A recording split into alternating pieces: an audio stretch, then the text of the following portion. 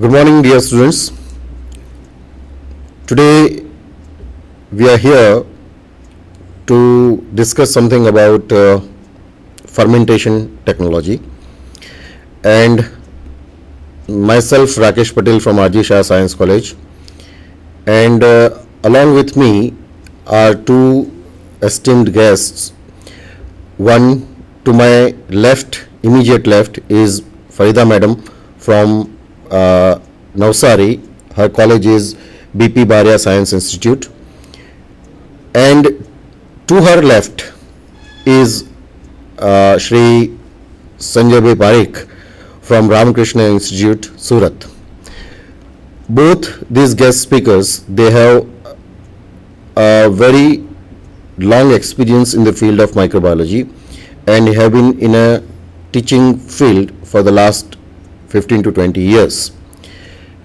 They are extremely nice teachers and have a very good command over the subjects, as you will see it from the topic itself. Now, to begin with, the topic that we are going to discuss today is regarding the fermentation, and it's a typical fermentation process, that is citric acid fermentation. Now this process is basically, we call it as a fermentation process because we are employing microorganisms to produce the product of economical or commercial interest. Fermentations have been defined in various ways. In case of biochemistry, it is defined in different way, but as far as the industrial fermentation is concerned, we can say that we exploit microorganisms, we make use of organisms or the enzymes of these organisms so as to produce a product of some commercial interest, or in other words also we can say we are utilizing the services of microorganisms to produce some compounds. Either it is of economic interest or it is giving some service to human beings, like say for example wastewater treatment. That is also a kind of a fermentation, mixed fermentations. So we are able to get lot many products by use of microorganisms, and citric acid is one of them. Others include certain amino acids, certain nucleotides, certain proteins, and other acids also. So today we are going to concentrate on citric acid. These citric acids have a long history of fermentation, and it is one of the first process which was used by microorganisms at a commercial scale. Otherwise, earlier citric acids were obtained from certain citrus fruits, because citrus fruits, as you know, lemon or certain fruits of those families, they have been producing a very high concentration of citric acid in the fruit. You can say a lemon has almost 8 to 9% dry weight of citric acid, or if it is considered in a juice, about 50 grams of citric acid per liter of lemon juice. But with the studies of microorganisms in detail and exploitation of these organisms in depth have finally led us to produce the citric acid with the help of microorganisms, which is rather more economical, giving a better yield. And therefore the citric acid production from the fruits have been discontinued, or it has been reduced as compared to the citric acid which has been produced from microorganisms. Various organisms, specifically fungi, are used for fermentations of these kinds of processes. Now the in-depth discussion about citric acid, how the citric acid is produced with the help of fungi, what are the different processes, what are the various parameters or the factors which affects the citric acid fermentation, and finally their applications will be discussed in detail by our guest speakers. And I request Farida Madam please to continue with the citric acid fermentation. Thank you. Farida Madam. friends.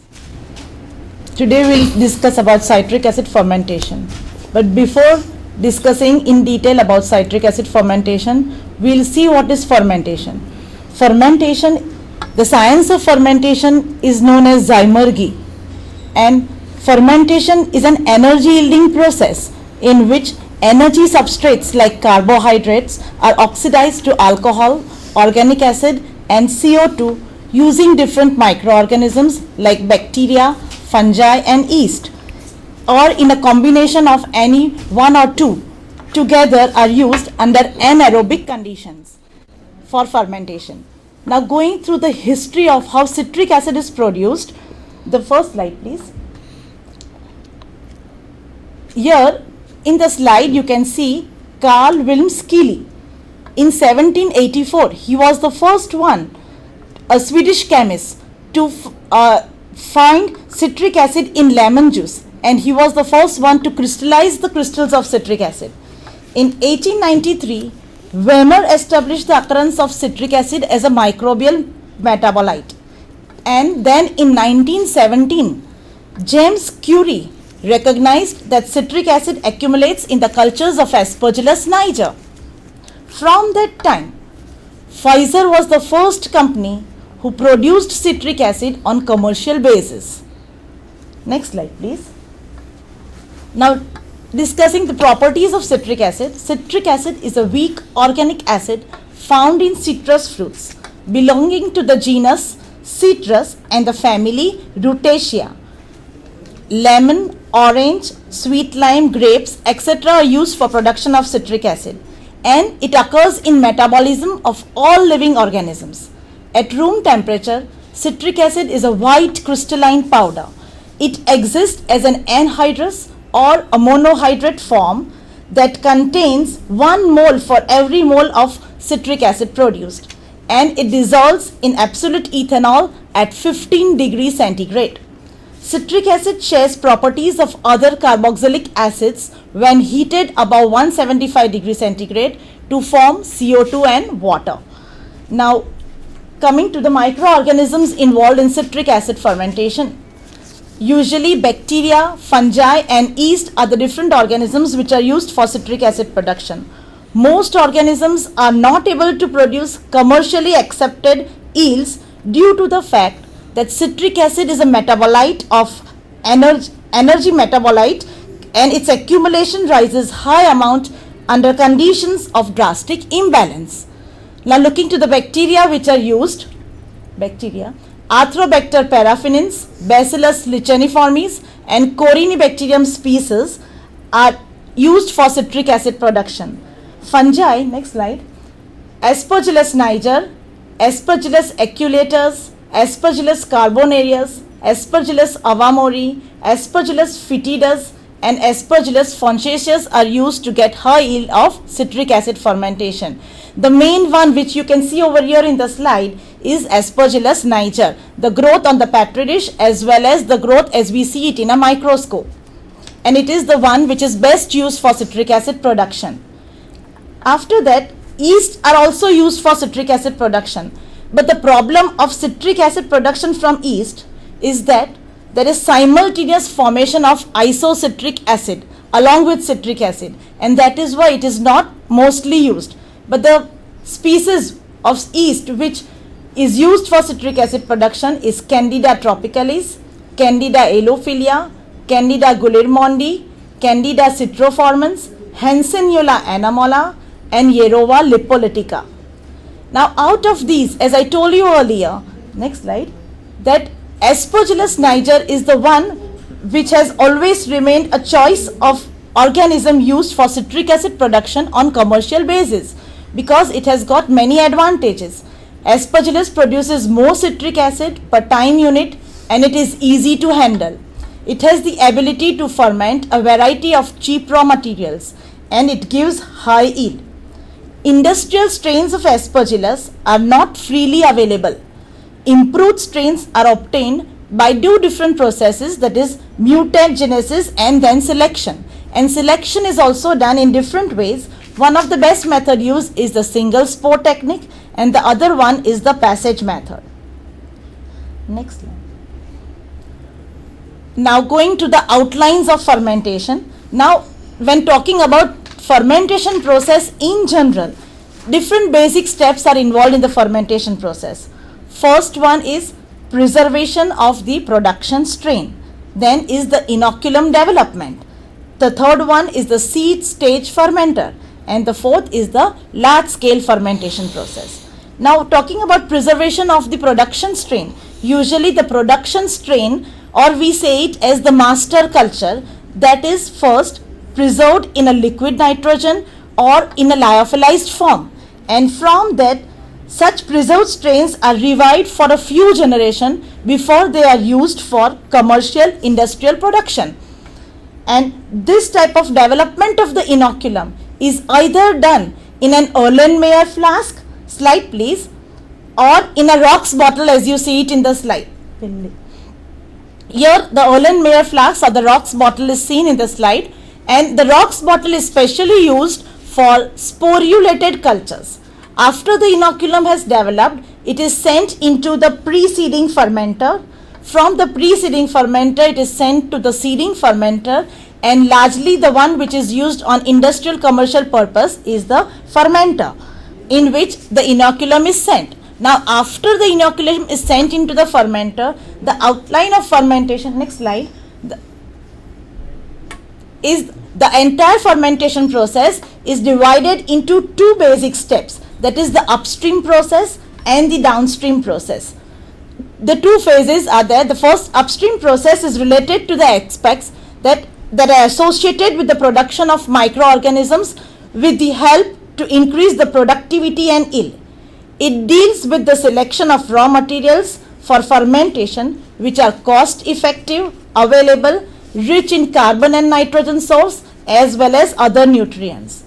The fermentation is performed under rigorously controlled conditions, and it is used to develop and to optimize the growth of organisms and production of the microbial product. The downstream process aims at efficiently reproducing the target product to required specification to get maximum recovery yield and to minimize the cost of the product. Now looking to the biochemistry of the citric acid production. Here two pathways are mainly involved in citric acid production, that is the EMP pathway and the TCA cycle. But along with that, Aspergillus niger also operates a pentose phosphate pathway. That is, here first there is the breakdown of the hexose sugar to pyruvate by the EMP pathway. Then decarboxylation of pyruvate is carried out to form acetyl-CoA, and at that time CO2 is released. The CO2 which is released is recycled by pyruvate carboxylase to form oxaloacetate, and oxaloacetate supplied through completion of the TCA cycle, and it condenses with the acetyl-CoA to form citrate. This is done with the help of the enzyme citrate synthetase.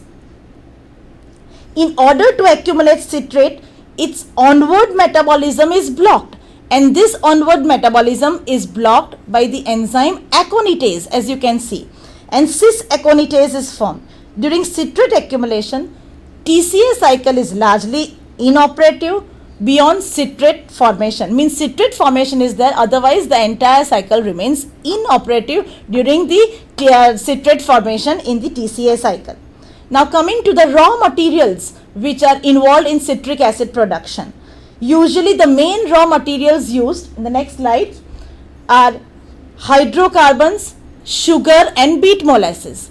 Here the hydrocarbons and sugar and beet molasses, they contain high amount of starch and sucrose, and that is around the range of 40 to 55%. And usually beet molasses is preferred to this sugarcane molasses because they contain low content of trace metals in them, which gives better yield than cane molasses. Besides using hydrocarbons and sugarcane and beet molasses, Palmilla jaggery is also used to increase the yield of citric acid production. Phytate, which is a plant constituent, helps to give threefold increase in the production of citric acid. And besides that, agro-industrial residues are used for citric acid production. These agro-industrial residues are cassava, bagasse, coffee husk, wheat bran, apple pomace, grape pomace, pineapple pomace, etc. As you can see it in the figure, a few, the one it is the coffee husk and the other one is the sugarcane molasses and the beet molasses. Now coming to the parameters which are to be controlled during citric acid formation. Physical parameters and chemical parameters are there. First we'll go through the physical parameters. In physical parameters, the first one is the pH. The normal pH that is to be maintained for citric acid production is in the range of 3 to 5, that is in an acidic range. The pH will change in response to the microbial activities, and production of organic acids cause decrease in pH. Change in pH depends upon the type of organisms, nature of the substrate used, and also on the production technique that is used for citric acid production. The another one here, as you see in the slide, is an aerator which is present in the fermentation, which helps in aeration, and the oxygen concentration is maintained around 25% saturation. Now citric acid production, we know it is an aerobic process. So O2 has got a significant effect on its production. Increased aeration will lead to the enhancing yield and reduction in the process time. Aeration should be performed through the same intensity throughout the process.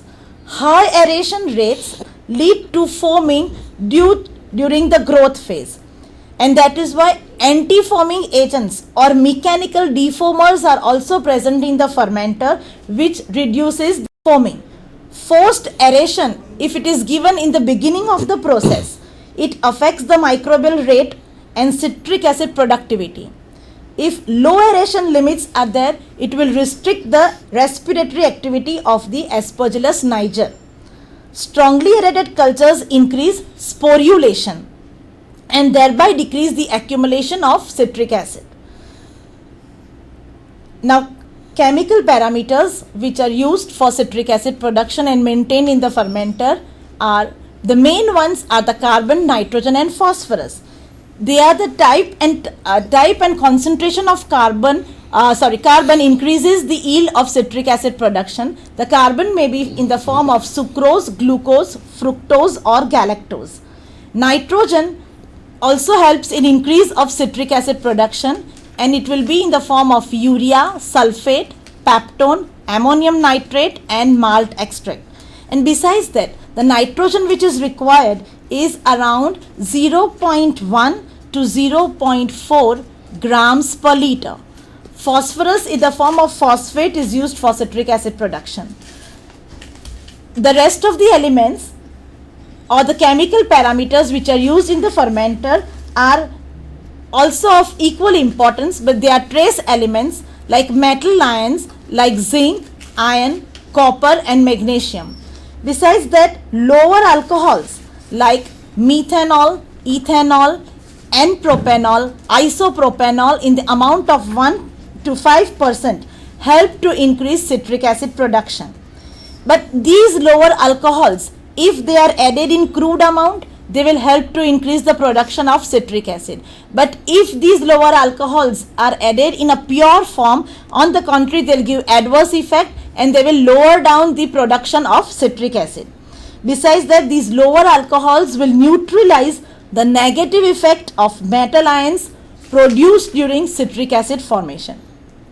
Other compounds which are included are oils and fats in the amount 0.05% to 0.3%, and they are mostly used as anti-foaming agents.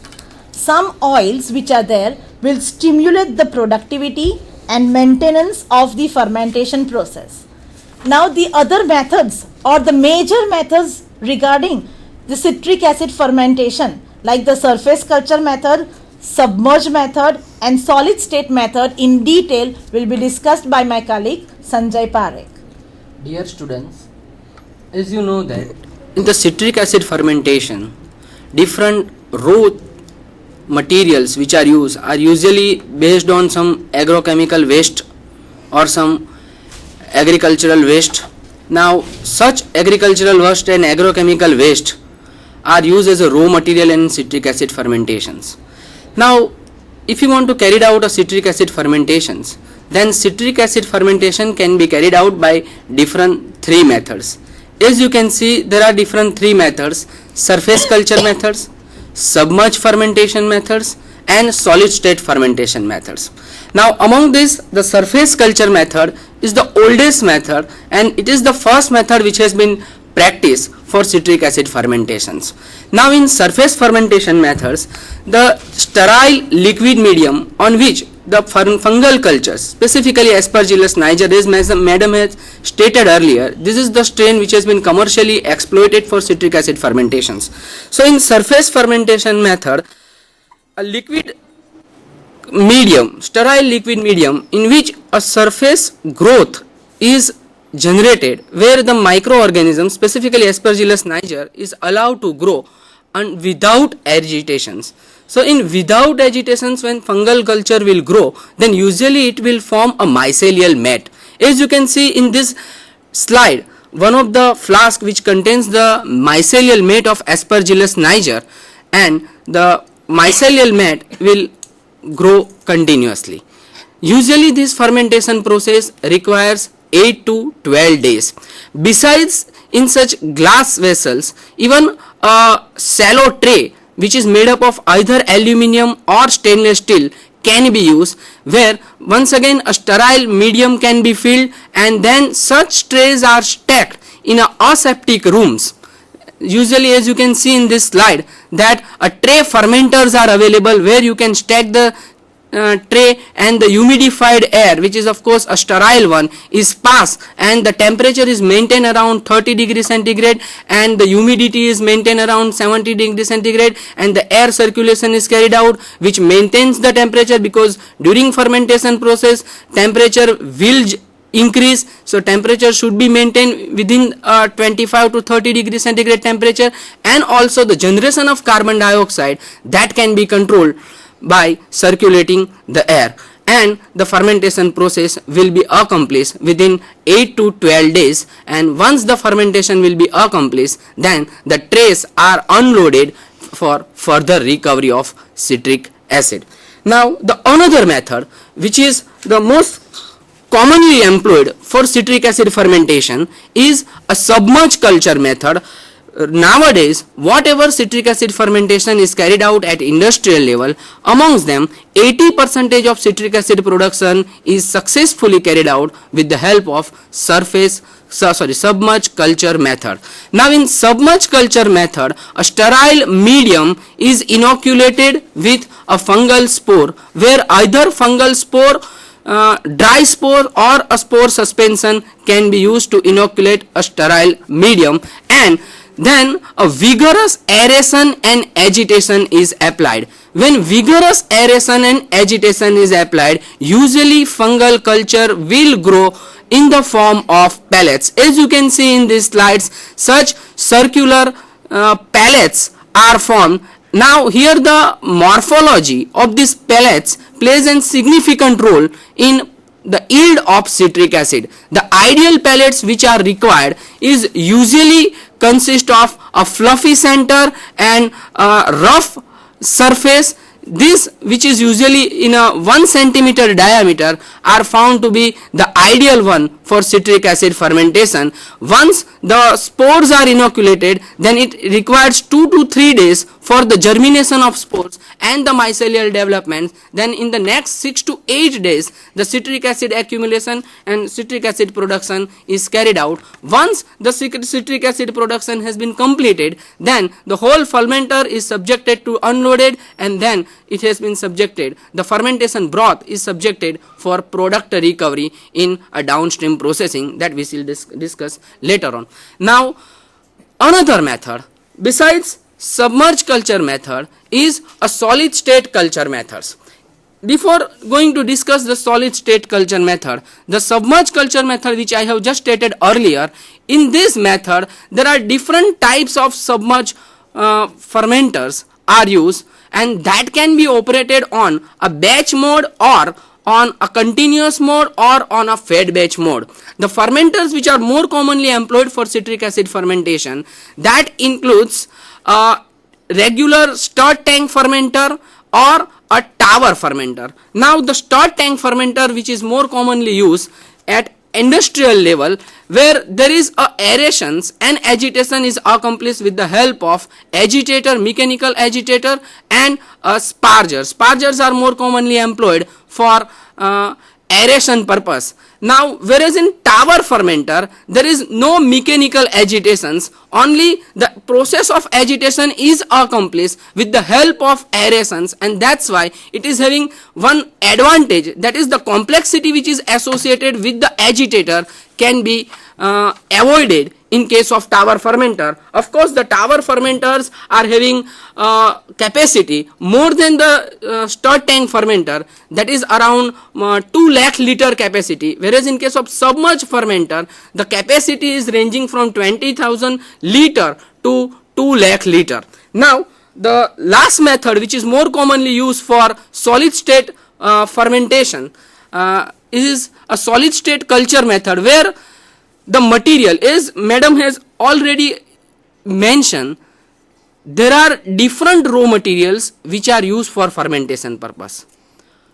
One of the raw material which has been mentioned earlier is cassava, bagasse, apple pomace, pineapple pomace, or even the peel of banana and a kiwi fruit. These are a kind of medium which are solid in nature or semi-solid in nature. Now, if you want to say that a solid state fermentation, then in solid state fermentation, such carrier material like, as I said, cassava, bagasse are impregnated with a nutrient solutions, and on the surface of this carrier material, the fungal cultures are allowed to grow. Here, as you can see in this slide, there are two figures which are nowadays, there are some commercial suppliers which provide you such aseptic rooms. The whole installation can be commercially installed, and the suppliers are there, where there are a closed cabinet and there is a provision of air circulations, there is a provision of a blower, and one can maintain the aseptic condition within this chamber. And the solid substrate, as I said, apple pomace or a pineapple pomace, such solid substrate are impregnated with a nutrient solution, and then they have been spreaded on a tray or either on a platform, and then they will be inoculated with a aspergillus spore. Here the aspergillus spore can be directly spreaded over the solid substrate medium, or the blower which has been used, in which the air can be mixed with the spore suspension and then blow it over the surface of a solid medium, and where the fungal culture will develop and will produce the citric acid. Once the fungal culture will develop, then the citric acid formation occurs. Usually the fermentation process is accomplished within 5 to 6 days. Here, in terms of duration, solid state fermentation method is having a short duration as compared to the previous two methods. But only thing is, the amount of citric acid production and the capacity of total fermenter is usually low as compared to the previous two methods. So for a small scale production of citric acid, solid state fermentation method can be employed. But if you want to carry out a citric acid fermentation at a large scale level, then one has to go for either submerged method, as nowadays industries usually follows, or one has to go for surface methods. So dear students, as you can see, this is how the solid state culture method can be used for citric acid fermentations. So once the citric acid is fermented, then the next step is to recover the citric acid from either the fermentation medium which may be in a liquid nature, or to recover the fermentation our product from the solid substrate if you have followed a solid substrate fermentation methods. So now we shall discuss about some downstream processings. Now downstream processing that usually aim to recover our desired product, that is citric acid, from the fermentation broth. And there are different 4 methods, as you can see from the slide, available for recovery of citric acid. First method, that is the classical method, is precipitation methods.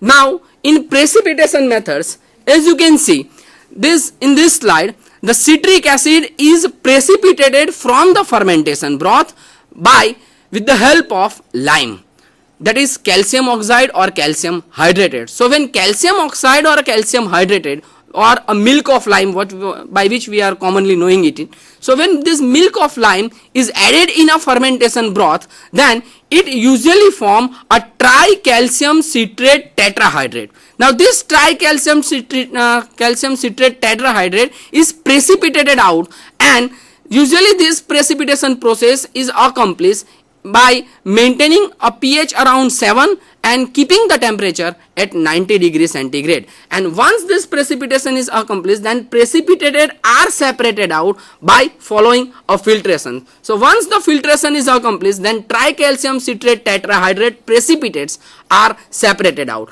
Now this tricalcium citrate tetrahydrate precipitate are then transferred into acidulator, and then in this acidulator at 50 degree centigrade temperature, hydrogen H2SO4, that is sulfuric acid, is added, and this sulfuric acid will now break down the tricalcium citrate tetrahydrate into citric acid and a calcium sulfate, that is gypsum. So this calcium sulfate precipitate are later on taken off from the mother liquor, and now the mother liquor contains the citric acid. So this is how one can separate the citric acid from fermentation broth. But still the citric acid what we have recovered from the mother liquor, or which is present in the mother liquor after removal of calcium sulfate, is still contains some of the impurities, and that's why these impurities can be removed with the help of treating it with active carbon. So active carbon treatment will remove some of the color organic substances which might be present still along with the citric acid, and then after that the further removal of impurities like the residual calcium sulfate is still supposed found to be present, then it can be removed by ion exchangers. So this is how the further purification is carried out. Once the citric acid has been purified, then it has been concentrated by vacuum crystallizers, and then crystals of citric acids are obtained. Dear students, here the crystals of citric acids which are obtained, that can be obtained in 2 forms. One of the form by which the citric acid is commonly marketed is citric acid monohydrate and the citric acid anhydrous form. Now in case of citric acid monohydrate form, then the crystallization, of course in a vacuum crystallizers, is carried out around 20 to 25 degree centigrade temperature. But if you want to obtain the citric acid in the form of anhydrous form, then the crystallization process is carried out more than is almost 36.5 degrees centigrade, more than 36.5 degrees centigrade. If you will follow a crystallization, then the citric acid will be available in the form of citric acid anhydrous form. So this is how the citric acid can be recovered from the fermentation broth, which is more commonly followed at industrial level, one of the classical method, that is precipitation methods. Another method which is more commonly used for citric acid fermentation is the ion exchange methods. Now in case of ion exchange methods, where the citric acid which is recovered from the fermentation medium by passing through the ion exchange resins, but this method is applicable only in case where your product medium which has been employed for the citric acid fermentation must be pure in nature. That means a chemically synthetic medium when employed for citric acid fermentation, then the ion exchange resins can be used for purification of citric acid method, purification of our desired product. Otherwise this method is economically not feasible. Now the third method which is more commonly used for citric acid fermentation is electrodialysis. Now this once again a costlier affair, but this is also one of the method of a choice in electrodialysis, where the citric acid is recovered by electrodialysis method. It's a one sort of electrochemical separation methods where the fermentation broth is subjected to electrodialysis, where electrically charged membranes are kept under the solutions, and in which the fermentation broth or the material from which we have to recover, that is the liquor from which we have to recover the citric acid, is filled, and the electric potential difference is generated. Once the electric potential difference is generated, then the ionic material or ionic substances or ionic part of our mother liquor is separated out. So this is how the citric acid separation is carried out. However, as I told you that to make a process economical one at industrial level, usually this method is not employed due to its higher cost of the membranes, electrically charged membranes, and that's why this method is not applicable. So this is what the third method by which the citric acid can be recovered from the fermentation broth. Now the fourth method by which the citric acid can be recovered from the fermentation broth is once again the use of directly ion exchange resins. Here ion exchange resins can be used to recover the citric acid.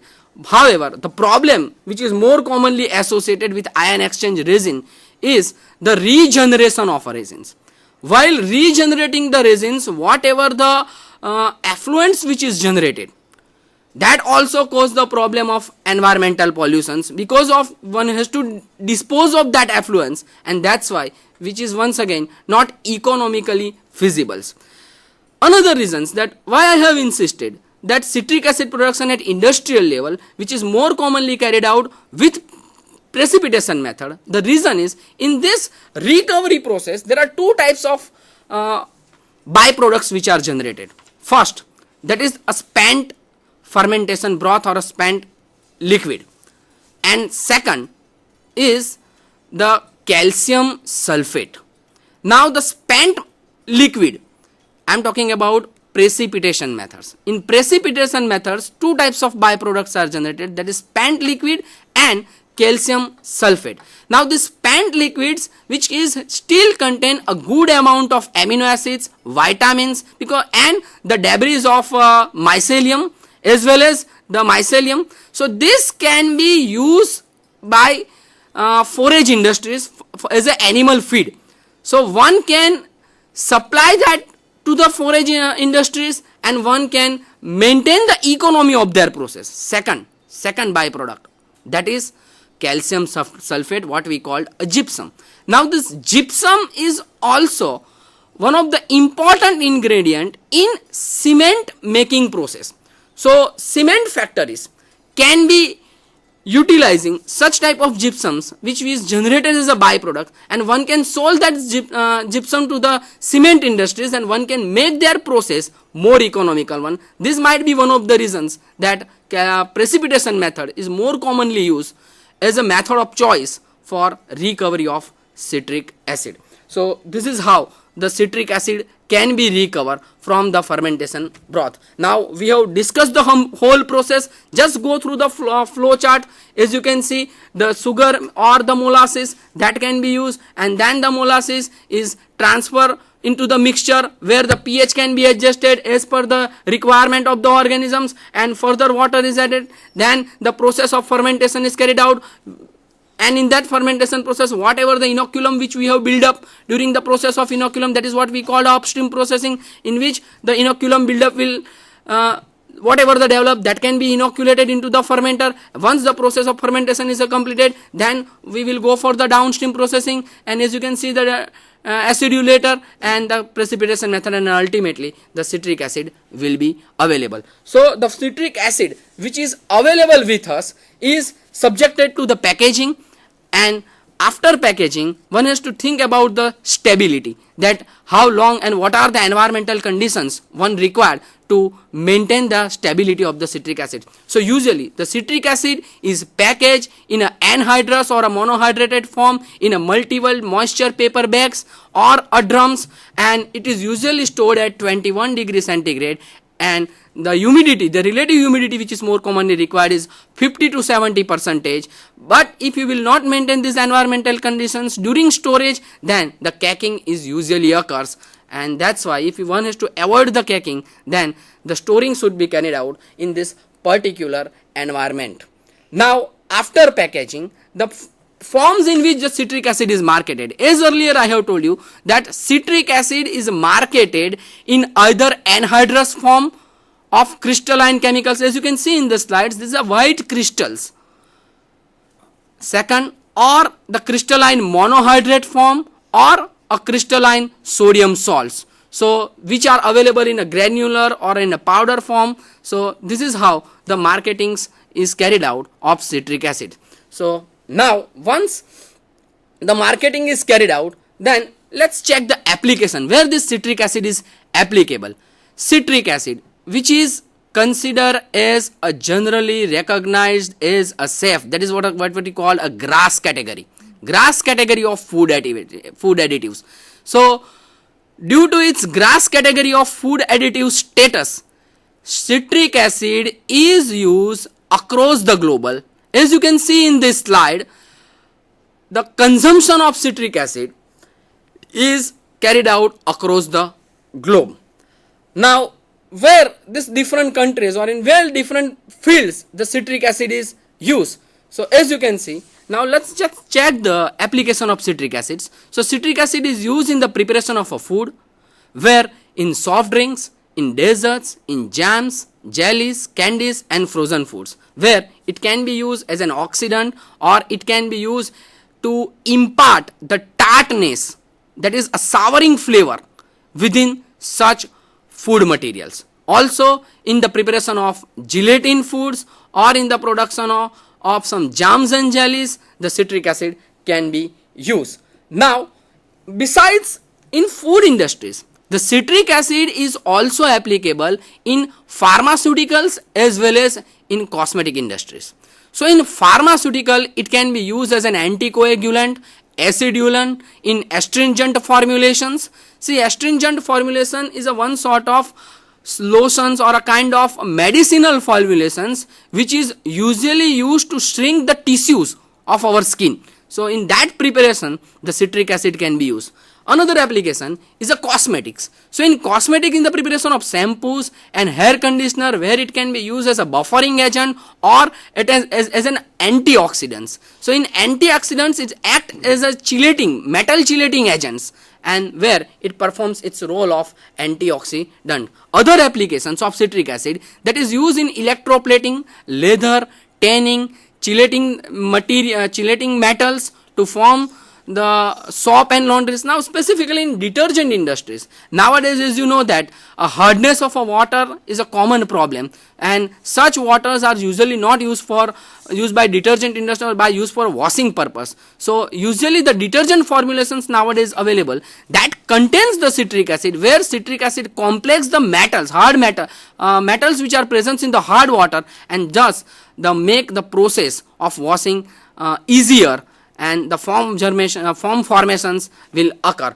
Also in some water treatment plant, as you can see in water treatment plant, specifically as a softener, the water treatment plant in which the citric acid can be used. So now these are all the applications of citric acids.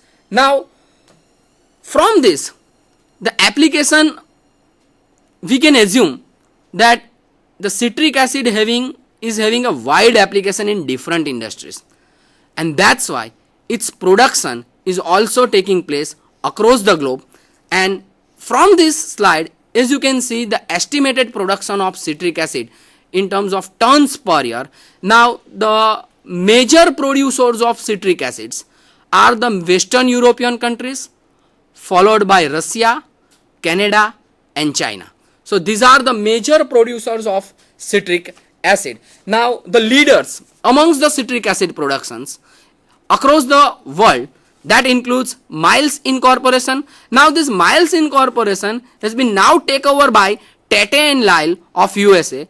Another is Citric Belge. Once again it has been taken over by DSM Belgium. Another is Cargill of USA, Pfizer, Gadot Biochemical Industries of Israel, and of course in India, the Citric India Limited. This is one of the company. Now here specifically I would like to emphasize that the present challenges which is faced by these citric acid manufacturers is first the lowering of price.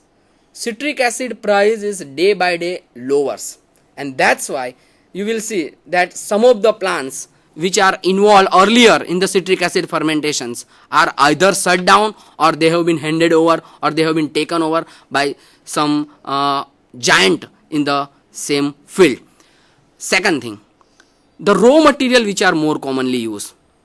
Usually the citric acid fermentation is successfully carried out with the help of molasses. But even in sugar industries, nowadays molasses production which contains the enough amount of sugar, but they have developed some advances that the molasses now whichever coming out from the sugar industries contains low amount of sugar. This is also one of the reasons that one cannot afford the raw materials which are used for the sugar industry. Here specifically I want to say that the molasses which were earlier available contains good concentration of sugar, but as there is a development occurs in the sugar industries, now the molasses which is produced by the sugar industries contains, compared to earlier, low amount of sugar concentration, and that's why one required more amount of molasses for the production of citric acid, and that's ultimately imbalance the economy of the fermentation process. So this is all about the citric acid fermentation. Lastly, regarding the production of citric acid, if one has to carry out the overproduction of citric acid, then specifically some few points from theoretical point of view which one has to keep in mind. That is, first, as madam has earlier told you, the citric acid fermentation process specifically involve a citric acid cycle, that is your tricarboxylic acid cycle, in which the constitutive enzymes which are responsible for citric acid production should be overproduced. So number of approaches were made. Even the different mutagens have been used for citric acid production, like UV ultraviolet rays, and only thing that the byproduct or the other intermediates of the TCA cycle like gluconic acid or oxalic acid should not be produced. So one has to just concentrate on that particular area where one can carry out overproduction of citric acid. Next, iron. Iron are the main detrimental in citric acid production, because if you have just seen the tricarboxylic acid cycle, then once the oxaloacetate is combined with the acetyl CoA, and then it produce the isocitrate by producing the intermediate, that is cis-aconitate. Now this cis-aconitate is formed with the help of enzyme aconitase, and this aconitase required ferric ions. If you will diminish the ferric ion from the fermentation broth by adding potassium hexaferrocyanate, then the further pathway will not run and the accumulation of citric acid occurs. So friends, this is all about the citric acid fermentations. Now just before that, the reference which one can use, as you can see in this slide, these are the references that can be used for citric acid fermentations.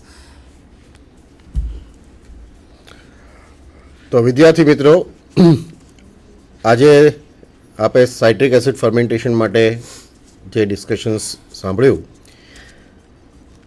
અને તમને અંદાજ આવી ગયો હશે કે ફરીદા madam અને સંજયભાઈએ ખૂબ fluent લેંગ્વેજમાં સબ્જેક્ટના કમાન્ડ સાથે લ્યુસિડ ભાષામાં તમને સાઇટ્રિક એસિડ ફર્મેન્ટેશન્સ ભણાયો.